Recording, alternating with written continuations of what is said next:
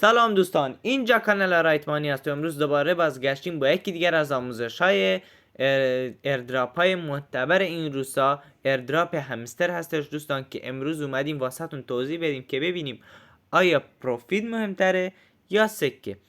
خب دوستان، بدون هیچ حرف و حدیث زیادی بزن بریم سراغ آموزش. اما اول ممنون میشم لایک و کامنت و سابسکرایب رو بزنید و زنگوله رو هم فعال کنید. خب دوستان، بریم سراغ آموزش.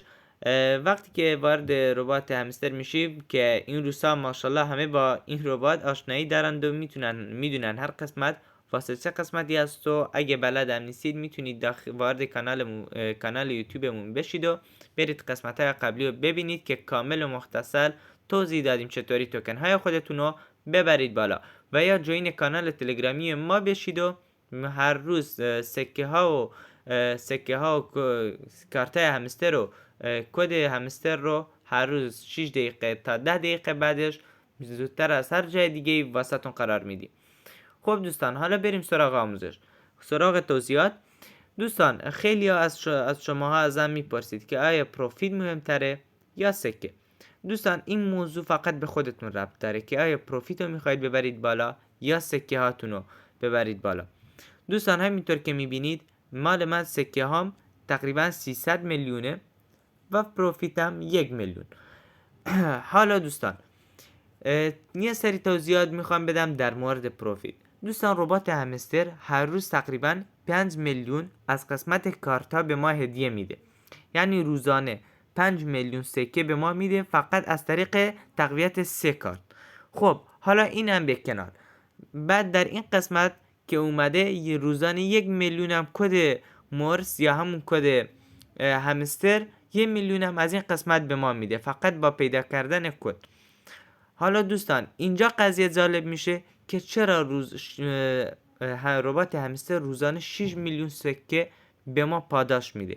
آیا اینجا عجیب نیست که چرا واقعا به همه کاربرا که کاربراش بالای 100 میلیون کاربر داره و بالای 40 میلیون کاربر فعال داره، چرا باید روزانه 6 میلیون سکه رایگان بین مردم پخش کنه که خیلی خیلی سکه زیادی هستش دوستان، واقعا خیلی زیاد هست.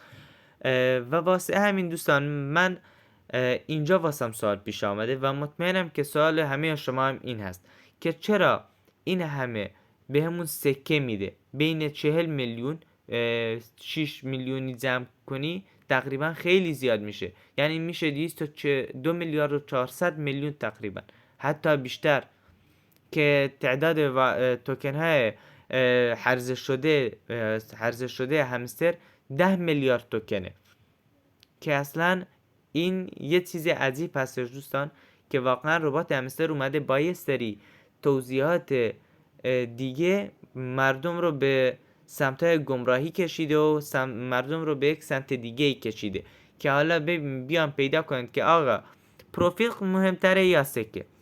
خب حالا که از این قسمت گذشتیم از توضیحات پروفیت، بیایم توضیحات سکه. شاید اصلا خود پشتیبانی همستر، خود مدیران همستر این کارو کرده باشن به خاطر اینکه مردم رو یه جورایی به سمت کم کردن توکن هاشون هل بدن، یعنی مردم بیان سمت زیاد کردن پروفیت و همه سکه هاشون رو خرج پروفیت کنن.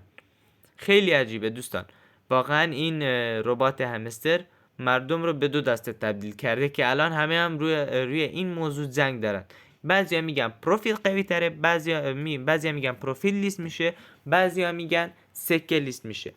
این واقعا دست خودتونه دوستان و خودتون میدونید که کدومو نگه دارید و کدومو تقویت کنید. اما اگه به حرف من گوش میدید، سعی کنید هر دوتا رو با هم ببرید بالا. مثلا روزانه شما 10 میلیون توکن استخراج میکنید، 5 میلیونش رو خرج پروفیت کنید و 5 میلیونش رو داخل سکه هاتون نگه دارید که خودم از این روش استفاده میکنم و روشی خیلی مطمئن هست دوستان.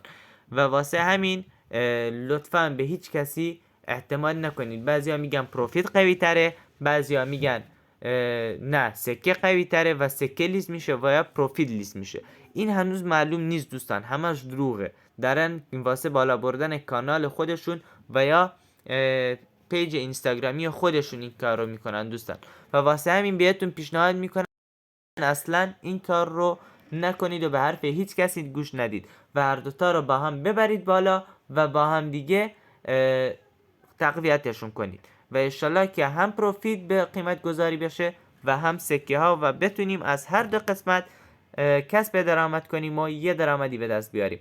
حالا شما به من بگید تو قسمت کامنت ها آیا این مقدار پروفیت با این مقدار سکه خوب است که داشته باشیم و یا باید پروفیت بیشتر باشه یا سکه ها بیشتر باشن. تا یک آموزش دیگر، خدا نگهدار.